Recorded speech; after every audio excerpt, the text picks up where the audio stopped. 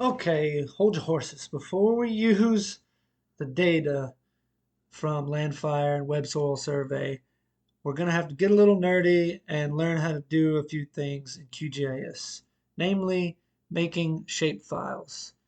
Web Soil Survey needs a few shapefiles and to get data, and so does LANDFIRE. They do it in a slightly different I guess, a different file format called GeoJSON, but we're going to show you how to make all these right here. But you can use my Google My Maps, uh, mymaps.google.com, and QPublic to start out with. Uh, qpublic.schneidercorp.com. That's what you want to go to. You can basically get property boundaries if the county is not restricted. So we'll just use some random Georgia county here. View map, and it'll bring you something like this. Now, some counties are restricted. They won't let you download data, but zoom in on the property that you want. Let's say you're doing some restoration work in a park and you want to figure out what the historical ecosystems were. So you need the park boundaries to say this is the area that I'm working on right here. And you zoom in on QPublic, click on the parcel that you want, and go up here to the Google Earth KML button. Give it a click. It'll download into your downloads folder there. So we'll go, and you can so you go to QGIS and click Open Data Source Manager, feature2.kml, click Add Layers, click Close. Boom! There she is right there. And now, if you're the county on QPublic that you're in is restricted, there's another way you can do this. Probably not as accurate, but you go to mymaps.google.com on your laptop or desktop, create a new map or whatever,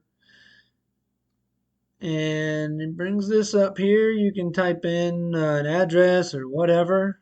We're using this park here as a example, and little Tallapoosa Park. And you can see the property lines are outlined here. Now, again, they're probably not going to be as accurate as QPublic. And QPublic is not as accurate as getting a surveyor, but that's expensive. So this is free, and you just kind of trace the outlines. I think it goes down. There's the corner here, going across the river over to here, right here, and up this ways into the green. Where? Oh, here, and you're using this line segment tool underneath the search bar up there, and it'll let you draw these lines. Well, and we'll just connect it over here somewhere. Cuts back over there. And we'll name this AOI for area of interest. That's going to come in handy later. You type in AOI, get that all. Then you go to the layer, zoom out a little bit. That looks about right. You go over to the layers. This is somewhere over here. Okay, that looks about right. You go over here to the layer menu and go down to export data as KML and click download.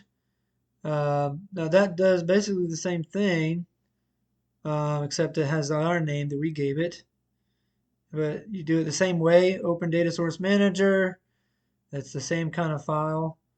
It's going to have a different name, but we're going to use the QPublic shape for the rest of the videos again because it's a little more accurate. But The steps are the same once you download that KML file. You go to Export Save Feature As, browse, make sure you're saving it as an ESRI shapefile. Okay, we're going to save the KML file we downloaded as a shapefile, and we'll rename it AOI, and there it is. We don't need the KML file anymore. We have all the shape files that we need for web soil survey, that SHP, SHX, and PRJ file. Now for LANDFIRE, we need to make a GeoJSON file in that coordinate reference system. So we're going to export, save feature as again, but this time we're going to go to Format and go down to GeoJSON. Bloop. And then we're going to make sure that the coordinate reference system, CRS, okay, is EPSG 3857. EAPSG 3857, right there. All right, good to go. We don't need it on the map. Why? Oh, got to name it. So to name it, come on. Nope. Oh boy. Sometimes I don't even know what I'm doing over here. Click Browse, File Name, AOI. There you go, Save. And that automatic, that doesn't matter. Click OK.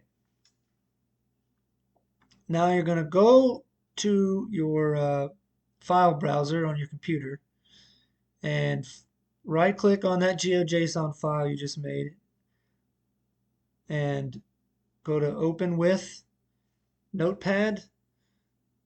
The reason you got to do this is because we got to edit like the code, but don't worry, it's not too bad. Anybody can do it. We just use the replace all, so it'll be easy. The format that LANDFIRE needs is slightly different than the format that QGIS makes for some reason. So you got to make a template first, and you go into the landfire.gov/viewer, map viewer, and you're going to go to the data download tool and click polygon. Doesn't really matter. Put it somewhere nearby where you're doing the restoration or whatever. And we're gonna do that polygon, and you're gonna choose a random layer, um, and then it doesn't really matter since we're making a template. Then you type in your email and click download, and they will send you an email. Uh, uh, email at email.com. You click download, and they'll send you an email that has a zip file. I already did this, so we'll just click on that, and we'll go to, this is what the email looks like. You click downloads, and it comes up in your downloads place, wherever that may be. So you go to your downloads place,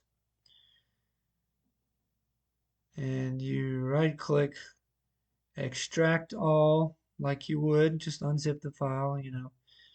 Doesn't really need, stay where it is. Go ahead, open up that folder, right click on the GeoJSON that's in that folder. There's a lot of these files. Open with Notepad. So you open that GeoJSON folder with Notepad. You can see the difference. There's a little bit of difference, but the only one, so what we're going to do first is go to Edit, Replace All. You need to take these spaces out of the brackets. So take the space, bracket space, replace with just a bracket, and then do the same thing with close bracket.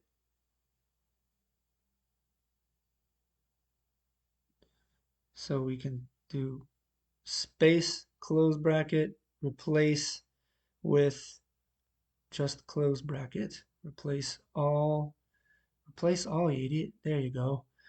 And that's the right way to do it. Then we're going to take the coordinates out of this one, copy that and paste them into this one, which is the template. This is the correct format. Now we're going to select all, copy that, replace all of that, and then save this file. So now we have our AOI GeoJSON file um,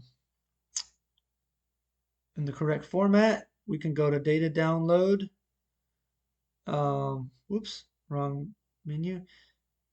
Template GeoJSON, paste the correct format in here, and it's way down in there, but it's the same shape file that we made with QGIS just a minute ago or 10 minutes ago. But anyway, that's how you do that. Now we have all the files that we need to go and get some data. So in the next videos, I'll show you how to do that. And we'll start with web soil survey. So check that out. Peace.